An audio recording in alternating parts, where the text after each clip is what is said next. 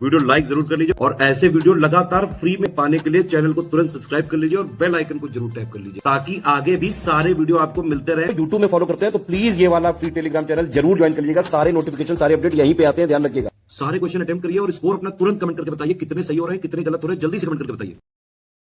Hello friends, मेरा नाम है वैभव और आप लोग देख रहे हैं UPPSC best online coaching YouTube channel. दोस्तों, आज के इस वाले वीडियो में हम लोग यहाँ पर बात करेंगे ज्योग्राफी के कुछ इंपॉर्टेंट क्वेश्चंस की। अब ये जो क्वेश्चंस आप यहाँ पर देखने वाले हो, ये महेश वर्णवाल की जो बुक है ज्योग्राफी की, वहां से लिए गए हैं और ये बेहद इंपॉर्टेंट है। आप ये समझिए एक तरीके से क्वेश्चन आंसर की फॉर्म में पूरी की पूरी जो महेश वर्णवाल की बुक है वो यहाँ पर आपकी कवर अप हो जाएगी। सो मैं आपको सजेस्ट करूंगा कि आज और अभी इस पूरी प्लेलिस्ट को आप देखना स्टार्ट कर दीजिए।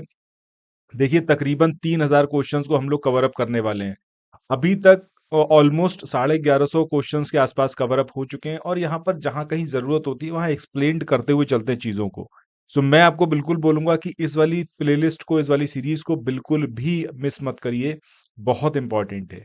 अगर आप लोग समीक्षा अधिकारी की तैयारी कर रहे हैं या फिर आप उत्तर प्रदेश पीसीएस 2024 के लिए या फिर बीईओ के लिए, तो उन सभी में आपको ये बहुत ज्यादा हेल्प करने वाली है। सो आइए शुरू करते हैं पहले क्वेश्चन से। पहला क्वेश्चन यहाँ पर दिया हुआ है कि पश्चिमी तटीय मैदान के बारे में ये जो स्टेटमेंट दे रखे हैं, दो स्टेटमेंट है, आपको बताना है कि कौन सा सही है।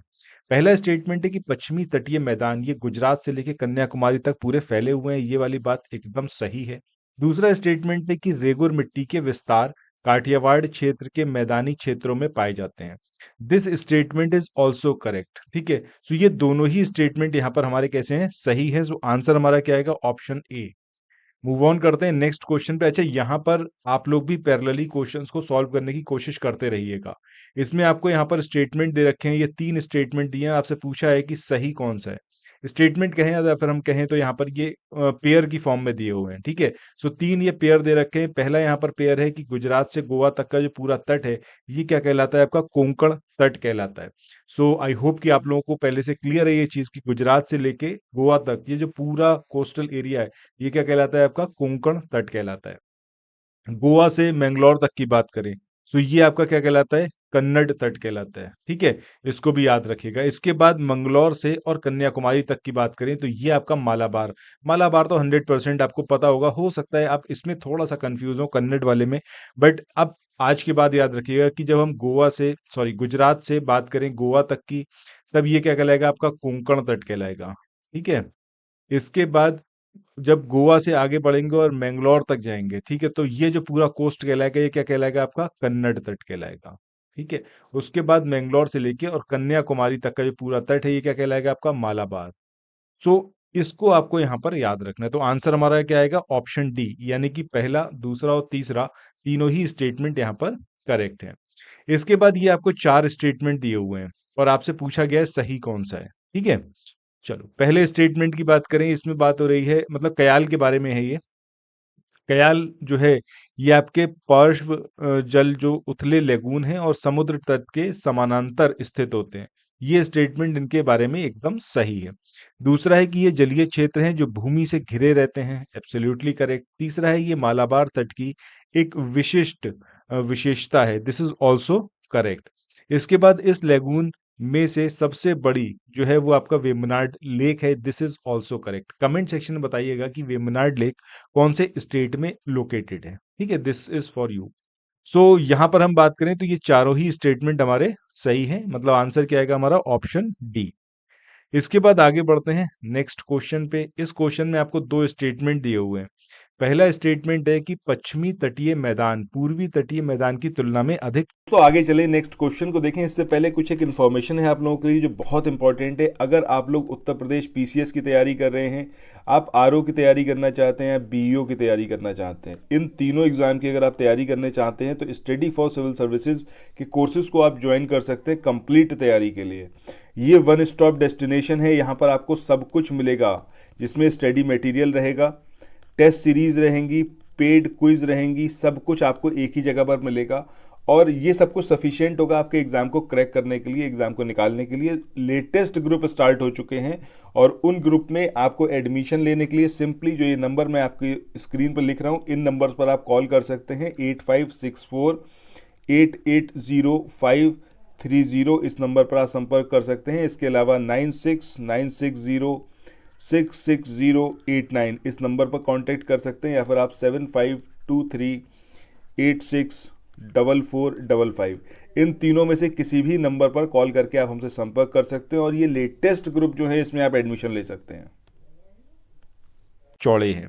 अब ये स्टेटमेंट यहाँ पर इनकरेक्ट है। क्यों इनकरेक्ट है? क्योंकि अगर हम बात करें पूर्वी तटीय मैदान की, तो वो जो है वो पश्चिमी तटीय मैदान की तुलना में अधिक चौड़े हैं। मतलब अगर इसको रिवर्स कर दें, यहाँ पर जहाँ पश्चिमी तट दिया हुआ है तो उसको पूर्वी कर दें और पूर्वी को पश्चिमी कर दें, तब ये स्टेटमेंट ठीक होगा। बहरहाल इस सिचुएशन में तो ये स्टेटमेंट इनकरेक्ट है। दूसरा स्टेटमेंट है कि पश्चिमी तट पूर्वी तट की तुलना में अधिक कटा छटा होने के कारण पोताश्रय और बंदरगाहों के निर्माण के लिए प्राकृतिक स्थिति प्रदान करता है। ठीक है। अब ये जो वेस्टर्न कोस्ट है, वेस्टर्न कोस्ट की बात हो रही है कि वेस्टर्न कोस्ट जो है वो ईस्टर्न कोस्ट की तुलना में अधिक कटा छटा होने की वजह से यहाँ पर जो पोत आते हैं और जो बंदरगाह बनाने की पॉसिबिलिटीज हैं वो ज्यादा हो जाती हैं। तो this statement is correct. So answer यहाँ पर क्या आएगा हमारा? ऑप्शन बी, यानी कि केवल सेकंड स्टेटमेंट इज करेक्ट। इसके बाद अगले क्वेश्चन की बात करें। इस क्वेश्चन में आपको दो स्टेटमेंट दिए हुए हैं और आपसे यहाँ पर पूछा गया है कि कौन सा यहाँ पर सही स्टेटमेंट है। सो पहला स्टेटमेंट है कि उड़ीसा और आंध्र प्रदेश के तटीय मैदान को क्या बोला जाता है? उत्कल तट बोला जाता है। ठीक है। जबकि कलिंगा तट या फिर मतलब उत्तरी तट, ये इसके और दूसरे नाम है, उत्तरी सरकार तट। सो उड़ीसा से लेके आंध्र प्रदेश तक का जो पूरा तटीय मैदान है उसके तीन नाम दे रखे हैं। उत्कल तट भी बोला जाता है, कलिंगा तट भी बोला जाता है, या फिर इसको उत्तरी सरकार तट के रूप में भी जाना जाता है। तो ये तीनों ही स्टेटमेंट यहाँ पर हमारे कैसे हैं? सही हैं। ठीक है। नेक्स्ट हम बात करें सेकंड स्टेटमेंट की। तो इस स्टेटमेंट में यहाँ पर बात हो रही है आपकी कि पूर्वी गोदावरी डेल्टा से कन्याकुमारी के बीच स्थित पूर्वी तटीय भाग को क्या बोला जाता है? कोरोमंडल तट बोला जाता है। ये स्टेटमेंट भी यहाँ पर सही है। सो बोथ स्टेटमेंट यहाँ पर सही होंगे, तो आंसर क्या आएगा हमारा? Option C. इसके बाद नेक्स्ट क्वेश्चन की बात करते हैं। इसमें आपको ये दो स्टेटमेंट दे रखे हैं, पूछा गया है कि कौन सा सही है।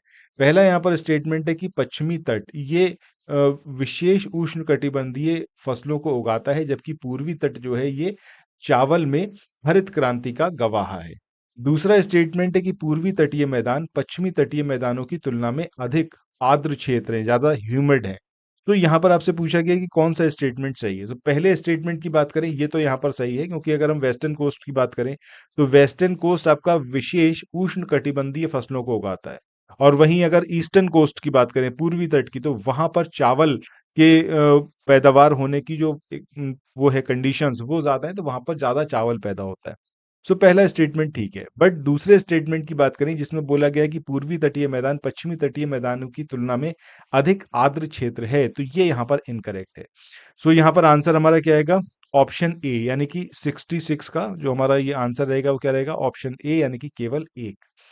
इसके बाद अगले क्वेश्चन की बात करें, 67 नंबर का क्वेश्चन। इसमें आपको स्टेटमेंट दे रखे हैं दो, और आपसे पूछा गया है कि सही कौन सा है। पहला यहाँ पर स्टेटमेंट है कि पश्चिमी तटीय मैदान में बहने वाली नदियां जो हैं वो कई डेल्टा बनाती हैं। अब क्या बात हो रही है कि पश्चिमी तटीय मैदान में बहने वाली नदियां डेल्टा बनाती हैं। मुझे लगता है कि आप सबको बहुत अच्छे से क्लियर होगा कि पश्चिम की तरफ जो नदियां बह रही हैं, अगर ये हम देखें हमारे हिंदुस्तान को कुछ इस तरीके से, तो यहाँ पर जो नदियां बह रही हैं इधर, ये डेल्टा नहीं बनाती। रीजन बीइंग कि ये बहुत तीव्रता से आती हैं, और मतलब ये एक पथरीले एरिया से ऊपर बहती हुई आती हैं, तो यहाँ पर डेल्टा बनाने की पॉसिबिलिटी नहीं है, एस्चुरी बनाती हैं। सो पहला स्टेटमेंट तो यहाँ पर हो गया हमारा इनकरेक्ट। दूसरा स्टेटमेंट कि पश्चिमी घाट से कई छोटी नदियां जो हैं वो झरने की श्रृंखला बनाती हुई निकलती हैं, ये वाली स्टेटमेंट यहाँ पर हमारा करेक्ट है। मतलब जो ऑप्शन बी है वो यहाँ पर हमारा सही होगा। चलो इसके बाद आगे बढ़ते हैं क्वेश्चन नंबर 68 पर। यहाँ पर आपको कुछ विशेषताएं दे रखी हैं, और आपसे पूछा गया है कि इसमें से कौन सी विशेषताएं हैं जो पूर्वी तटीय मैदान की विशेषताएं हैं। पहला, ये चौड़ा और शुष्क है। सो जब हम बात कर रहे हैं किसकी? पूर्वी तटीय मैदान की, तो पूर्वी तटीय मैदान के बारे में अभी हमने ऊपर कई सारे क्वेश्चंस देखे हैं, तो ये चौड़ा है और शुष्क है, ये वाली बात सही है, क्योंकि अभी हमने एक क्वेश्चन में देखा था जिसमें बात हो रही थी कि पश्चिमी तटीय मैदान की तुलना में पूर्वी तटीय मैदान ज्यादा चौड़ा है, तो ऑब्वियस सी बात है वो सही था, हमने उसको देखा हुआ था। ठीक है, इसी तरीके से आर्द्र और शुष्क, ह्यूमिड और एरिड की बात करें तो उस सेंस में ये कैसा है आपका शुष्क है। दूसरा, अच्छी तरह से ये यहाँ पर विकसित डेल्टा है। ऑब्वियस सी बात है, जो अभी हमने लास्ट क्वेश्चन में बात करी कि डेल्टा का निर्माण जो है वो वेस्टर्न कोस्ट पे नहीं होता, ईस्टर्न कोस्ट पे होता है। इसके बाद संकीर्ण और गीला है, बिल्कुल गलत है। इसके बाद पोताश्रय और बंदरगाह, ये भी गलत है, क्योंकि अभी हमने बात करी है कि जो वेस्टर्न कोस्ट है पूरा, सो वहां पर पोताश्रय और बंदरगाह की जो संभावनाएं हैं वो ज्यादा हैं और वहां पर डेवलपमेंट ज्यादा हुआ है। रीजन भी कि नेचुरली वो इतना कटा छटा है कि वहां पर जो बंदरगाह है उसके नेचुरली होने की भी पॉसिबिलिटी है और उसको अच्छे से वहां पर डेवलप किया जा सकता है। सो ये इसका आंसर हमारा क्या आएगा, ऑप्शन बी, यानी कि 1 और 2 ये सही है। इसके बाद नेक्स्ट क्वेश्चन की बात करें, पूछा गया है कि तटीय मैदान निम्नलिखित में से किसके स्रोत हैं? नमक के हैं, मोनोजाइट, खनिज तेल और गैस के हैं, या फिर ये उपरोक्त सभी के हैं? सो आंसर यहाँ पर हमारा क्या आएगा, आंसर आएगा आपका ऑप्शन डी, यानी कि उपरोक्त सभी। जो हम तटीय मैदानों की बात कर रहे हैं तो नमक हो गया, मोनोजाइट हो गया और खनिज तेल और गैस हो गया, इन सब के ये मेन सोर्स रहते हैं। इसके बाद यहाँ पर भी आपको 2 स्टेटमेंट दे रखे हैं, पूछा गया है कौन सा सही है। पहला स्टेटमेंट है कि अ, अराकन योमा ये पूर्वांचल की जो पहाड़ियां हैं उसका विस्तार है। आई होप कि आप लोगों को ऑलरेडी ये बात क्लियर होगी कि जो जो अराकन योमा की पहाड़ियां हैं ये पूर्वांचल की पहाड़ियों का ही विस्तार है। दूसरा, अंडमान और निकोबार द्वीप को म्यांमार के अराकन योमा पर्वत श्रृंखला का ही विस्तार माना जाता है। Both statement here are correct, तो आंसर क्या आएगा, ऑप्शन सी। सो दोस्तों, इसी के साथ आज के इस वाले सेशन को यहाँ पर एंड करते हैं। आई होप ये वाला वीडियो आप लोगों को पसंद आया होगा। अगर ऐसा है तो चैनल को सब्सक्राइब करना, इस वीडियो को शेयर करना बिल्कुल भी मत भूलिएगा। सो थैंक्स फॉर वॉचिंग, मिलते हैं नेक्स्ट वीडियो में, बाय बाय।